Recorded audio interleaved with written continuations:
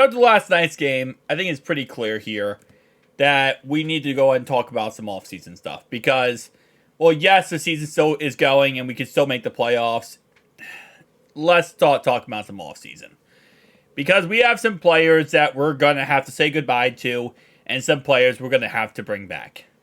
And starting off right away, I think the first thing that the Bengals are going to do, me personally, this is my personal opinion, is they're going to look toward the franchise tags for T. Higgins. So if they franchise tag him exclusively, which means that no one else can touch him, and it's only us, and he gets a 1-year contract, it's going to be, I think it's actually $25 million. I don't think it's $21 million. I think it's $25 million. It's a top 5 salaries at the wide receiver position, divide by 5, which gives you the average, and that's what you get for the franchise tag. It actually might be 21. I thought it was 25, might be 21. And then the second tag is the transition tender. So pretty much what this means is that you can tender a player for any amount of draft picks. So for example, last season, I'm just going to go Ravens for example. The Ravens last offseason tendered Tyler Huntley for a second round draft pick. What that means is anyone who wants Tyler Huntley has to give the Ravens a second round draft pick, and then they can start talking to them, talking to Tyler Huntley and create a contract. Now the Ravens have a chance to match that contract. Same thing happened with the Lamar Jackson deal where they non-exclusive franchise tagged him, where if a team wanted to talk to Lamar Jackson, they had to give 2 first-round picks, and then they could talk to Lamar Jackson and create a contract. Ravens can match it, but if the team gives him more than what the Ravens match, he goes to the other team. Ravens get 2 first-round draft picks or a second-round pick with Tyler Huntley's situation. So what we're probably going to do here, and this is what most likely will happen, is we're going to tender him a non-exclusive franchise tag, which means that they're going to have to give us 2 first-round draft picks in order to go ahead and talk to T. Higgins. So this is going to save us a couple million, and it also means that if a team is desperate enough to want T that bad, we're going to get 2 first-round draft picks, and we're going to, kind of move on from there. Now, the 2 first-round draft picks, keep in mind that only one of them has to be this year. It has to be this year in order to talk. Like, when I say 2 first-round draft picks, it cannot be next year, 2 first-round. No, it has to be, one has to be this year, and then the other one has to be next year. Has to be this year and next year, first-round draft picks. So, teams that do not have a first-round draft pick this year, you're out of the case here. You can't actually go ahead and talk to T. Higgins or even participate in this offer. For example, that's why Miami Dolphins, for example, this year, they couldn't even talk to Lamar Jackson and try to get, Lamar last offseason because they got their first-round draft pick this last draft forfeited. So they couldn't even talk. So you have to have 2 first-round draft picks at this moment in time. I'm not going to go through all the players who might, or teams that might do that. I don't know how many teams are going to be desperate enough to give up 2 first-round draft picks plus a huge contract for T. Higgins. Do I think T. Higgins is worth that? Absolutely, yes. But I don't think there's going to be too many teams. Now, I think what the Bengals are going to do here is, especially with the fact we only have him on a 1-year contract then, they're going to probably try to play ball with this idea. Because you got to think about it. T most likely wants a 5-year contract for $100 million. That marks him down for $20 million a year. So 19.3 for 1 year, fully guaranteed. I mean, T is like licking his chops on that one. He's like, oh yeah, definitely. I can play on a 1-year franchise tag, get paid crazy, exactly the money I want to get paid per year, and I could go off next season with Joe 100% healthy, and then I could go out there and get like 150 million, not 150, but I can get big boy money. Yeah, he would love this idea. So it's a win-win for everybody. The Bengals are going to sit there and say, hey, listen, if someone else wants to give us 2 first-round picks for this guy, have at it. Go ahead and give us 2 first-round picks.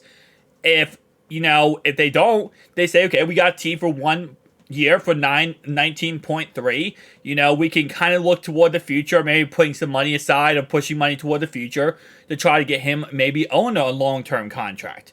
But at this time, it's like kind of that win-win for everybody because now we don't have to worry about, trying to figure out, should we sign him? How are we going to sign him? We push all that toward the future. Next year, we go for a Super Bowl run with Joe Burrow 100% healthy. And that brings back, T. Higgins for another year. Or potentially 2 first-round draft picks. which would be one this year, one next year, which means we'd have two this year. Hopefully here, if the team that wants him so badly is a top 10 pick, maybe we get Brock Bowers. Maybe we get an absolute stud tight end as a replacement for T. Higgins, and then another first-round pick. That's our first-round pick. So again, this could work out in the end. I think what the Bengals are going to do here with T is we love T. We want him to stay. But if he, wants to get paid, we're going to kind of probably put him in that limbo land and say, hey, listen, anybody wants him, you got to come and get him. And if you don't, then obviously, yeah. Will we match whatever offer someone offers? Probably not. Whatever someone offers is probably going to be crazy money. It's going to be like Jesse Bates' situation, where it's like, hey, listen, T, we're going to give you an offer. Well, we're probably going to give him a franchise tag here. And then we're going to give him an offer next offseason and see what we can do. All right, so, and also keep in mind, you can franchise tag a player up to 3 times. You used to be able to do it more than 3 times, but then Kirk Cousins happened. And Kirk Cousins made a thing that said, no more. Can't do it. You can't do it more than 3 years in a row. You used to be able to do it endlessly. Can you imagine that? You get this franchise tag. But the problem is, the franchise tag is every year the franchise tag goes higher. It gets more money. You can't just franchise tag the same guy every year for the same money. You have to franchise tag him every year for a certain amount of money, and then every year it gets higher and higher and higher. So, all right, so let's talk about this. We now have $49 million after franchise tagging T. Yeah, $20 million on one player. In no way. My bad, not in no way. No matter how you look at it, it's a lot of money, okay?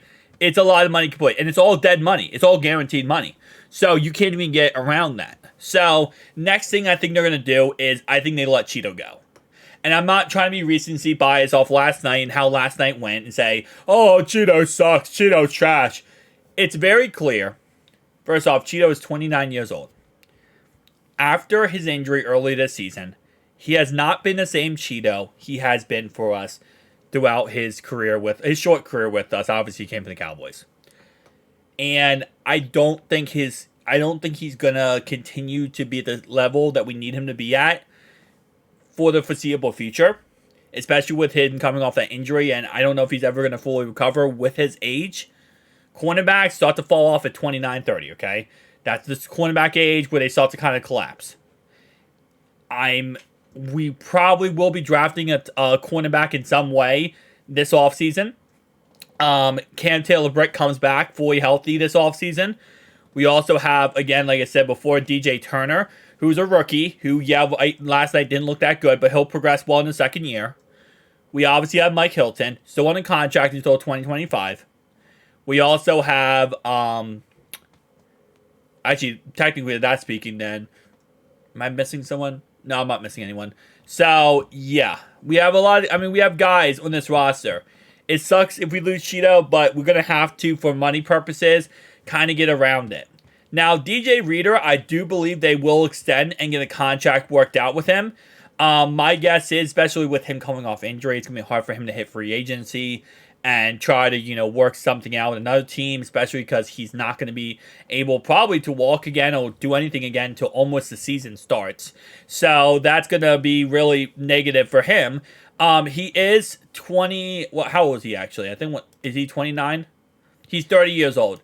So my guess is they're probably going to lock him down for, I'm going to guess, a 4-year contract. And because of his injury, and this is a lot of it because of his injury, we're probably going to be able to lock him down for not much money. Not like crazy amount of money. So my guess would be something like maybe, I couldn't say a 4-year contract. I think it's going to be a 2-year contract. And it's probably going to be something like maybe 5 or 6 a year. So maybe 6.5 million a year. I'm not actually creating like a full-on contract here, guys. I am doing the very base minimum just so we can have it in the, transcript here for the salary cap. There's going to be a more diluted contract here. Probably will be incentive-based. It will probably have void years. There's going to be things that they can do to kind of work this contract out. I'm just doing a base salary here, and I don't think 6.5. Probably like 8.5. And it might be even more than that. I don't know. In all honesty, he's 30 years old, coming off a second injury of tearing his quad. It's the second time he's had it in his career. I'm going to put an $8.5 million contract on there. Could it be more? It absolutely could be more. So now we have $40.6 million to go. Jonah Williams, I think that they're going to have to try to. I think they're going to bring him back, but they're going to be very stingent with him, I believe. I think what they're going to tell him is, hey, listen, okay? Especially because you got to remember, Jonah started off the season really struggling. Then he started picking up a little bit. Then he struggled very badly last game. I think what's going to happen here is they're going to be very stingent with him and say, hey, listen, we're going to offer you a contract, okay? We want to keep you, but we're not going to offer you a lot of money. And you have two options here. Option one, you take the contract we offer you that's not going to be that much money. Option two, you hit free agency, see what you can get out of free agency. If you can't get something, all contract offer to you stands. We're not going up, we're not going down. We're not negotiating with you on this contract. This contract is what we're offering you right now. You will tell us if you don't want it, then it will be here until you come back and want it. Again, unless we sign somebody else or draft somebody else, right? So, I think that's what they're going to offer him. And I don't think they're going to offer him that much. I really don't. Like, I'm expecting maybe $5 million a year and maybe just incentive-based contract. Maybe not even 5. Honestly, probably $3 million a year. Nothing too crazy special, and then saying, hey, listen, it's $3 million a year. It's incentive-based if you play 60% of, okay. There we go. If you play 60% of snaps at a right tackle position, starting right tackle, you will get $1 million bonus. If you block in your, percentage block grades, or not grades, but if you are exceeding at this level, bam. If we win a playoff game with you at right tackle, you get more money. And they're probably going to do an incentive-based contract. I wouldn't be surprised if it's a league minimum and just kind of filter through there. And I think my guess is he's going to hit free agency. And I think they're going to try to take the shot here, seeing, hey, listen, we're going to offer you little money because we don't have much money to go through. And if you want it, you want it. If you don't, you don't. And I think that's kind of what they're going to do here. So I think you bring back Jonah on a very incentive-based contract. Tyler Boyd, $37 million left, right? I do believe they will offer him a contract. I do believe they will. How much? It's going to be league minimum. It's going to be league minimum. And I think what they're going to tell him is, hey, listen, man, we're going to offer you league minimum. Same thing with Jonah Williams here. We're going to offer you league minimum. I think it will be incentive-based. And I think they will say, hey, listen, if you want to get a contract with us, here's our deal. You don't like it? Hit free agency. You don't find anyone better? Come back to us. We'll match the offer. We'll give you the offer before. And again, keep in mind, all these offers I'm saying are contingent on the fact we don't replace them, okay? If we go in free agency and sign somebody else, then all these offers I'm listing are very contingent to that exact perspective. So, for example, I don't know, maybe 1.5. I'll put it 1.5 here and say 1 year, 1.5. We'll reassess you in a year. We'll reassess you at the end of the next year and see where we're feeling when it comes to this contract. It's going to be 1.5, nothing guaranteed. It's just going to be you play the year, you get 1.5. You don't play the year, or you get hurt, something happens, and we cut you, you're going to be gone. All right, so now we have the free agent tender on our man, Jake Browning. I think they will sign Jake Browning to a 3-year contract. And I know that might be against what fans want, especially after last week's game. But listen, okay? We need a backup quarterback for the foreseeable future that we can believe in and trust. And I think that they're going to get him for league minimum. So I think it's going to be around $975K for 3 years each. Okay, this is, if I keep doing this, it's going to keep extending the money there. Okay. And I think they're going to give him a 3-year contract. They're going to get him on a contract for 3 years. Now, here's the thing, though, okay? We want to go on and talk about this. Is it possible this happens? Yes. Why would this happen? Because they would trade him. They would give him $975 million, nothing guaranteed, 1 year, and they're going to shop him. They're going to shop him and try to see what they can get out of this guy, and that's probably what they're going to do there. Now, could they also, as it says right here, put a tender on this player. They could put a tender on this player and say, listen, we're going to tender him under a... Wait, Jake Browning. Hold up. Right there. They could tender him for $795,000 and say, we'll give a second round, well, no, not a second round, probably a third round draft pick for Jake Browning. Anyone want Jake Browning? You got to give us a third round draft pick. You can have him. And they might tender him like they did with Tyler Huntley. The Ravens did with Tyler Huntley. It's very possible that they go ahead and tender him and say, hey, listen, if you want him, come get him, but you're going to have to give us a third round draft pick for him. So now we're sitting at $35.3 million. Now, I want to go ahead and preface this up by saying I'm not putting in the full contract and the details and with bonuses and prorated bonuses, which is just signing bonuses pretty much. With all these signing bonuses, guaranteed money pushed toward the future, there's a lot of different ways to kind of avoid a lot of this $35.3 million. You could also put void years and stuff like that. So I'm just going to go ahead and preface this by saying there's different things you can do here, right? Irv Smith is not coming back. I think they're going to bring back Drew Sample, league minimum. I'm just going to just put $975 in here. I'll bring him back. Cody Ford, I don't think they're going to bring him back. Keem Davis-Gaither, they'll probably bring him back for, he knows our system. We like him. Bring him back. Jake Browning is coming back. Travion, they'll probably end up bringing him back, in all honesty. Now, could they, move on and replace him? Absolutely. I think they're probably going to bring him back. I think they're going to probably bring back A.J. McCarron. Now, A.J. McCarron will probably be a press squad guy, so he probably is not going to make league minimum. He'll probably just be press squad guy. He said it himself. He's okay with being on the press squad for us, so they're definitely going to bring him back. They're going to bring back Tanner Hudson. Tanner Hudson's coming back. Irv Smith is gone. That's not even a question in my mind right now. Irv Smith is gone.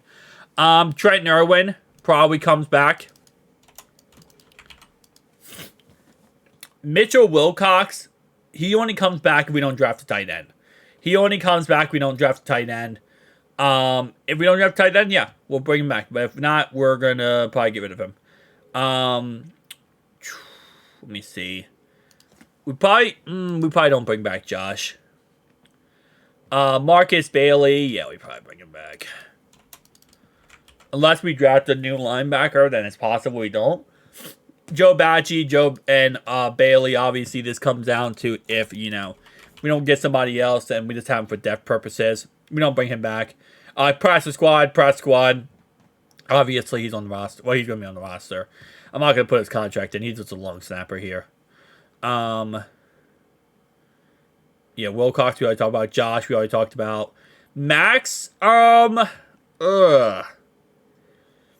think we draft offensive linemen. We draft guards, and I think we replace those two guys and how we do that. But other than that, though, this is what we're looking at, $27.5 million. Obviously, again, I did not put in all the contracts and all correctly. It's going to be less than this. It'll probably be around like 18, maybe 17 million, realistically speaking, with the money we actually give these players, okay? So probably maybe in 15 million. So 15 million now going to free agency. Who should we pick up? Who should we target?